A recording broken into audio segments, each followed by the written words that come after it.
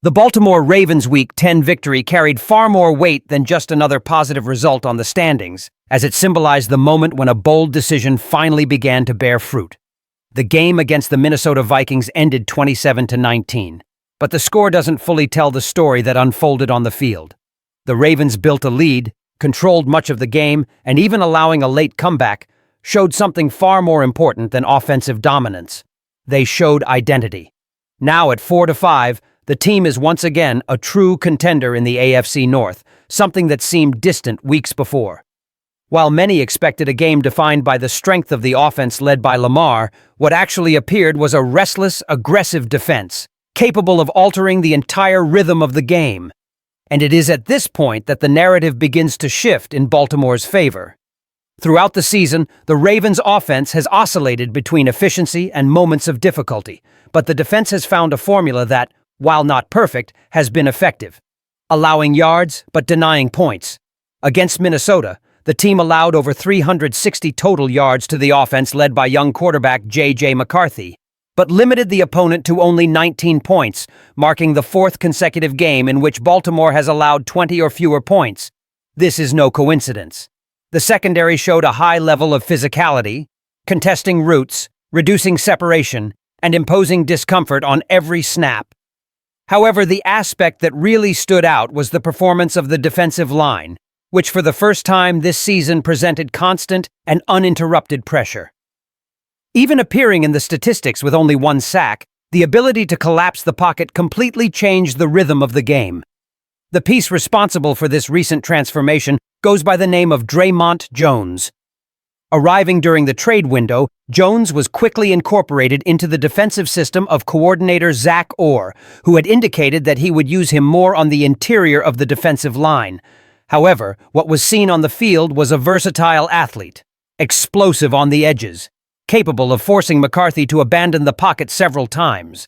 Jones didn't rack up impressive numbers and even lost containment on some plays, but his true impact lay in what doesn't show up in the box score. He changed the timing of the opposing offense. The Vikings quarterback rarely had clean snaps to work with, and this constant threat began to force minor errors that, throughout the game, became decisive.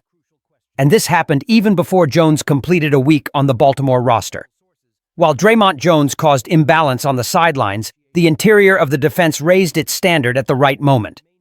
The trio formed by Kyle Van Noy, Mike Green, and defensive tackle Travis Jones began to dominate individual battles, pushing the center of the opposing offensive line back.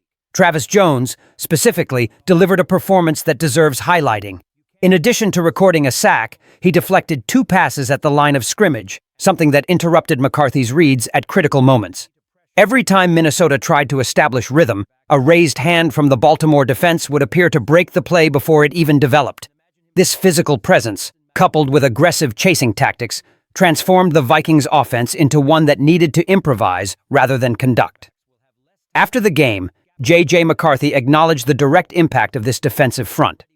In his words, Baltimore used height, strength, and intelligent reading to reduce passing windows and stifle progressions.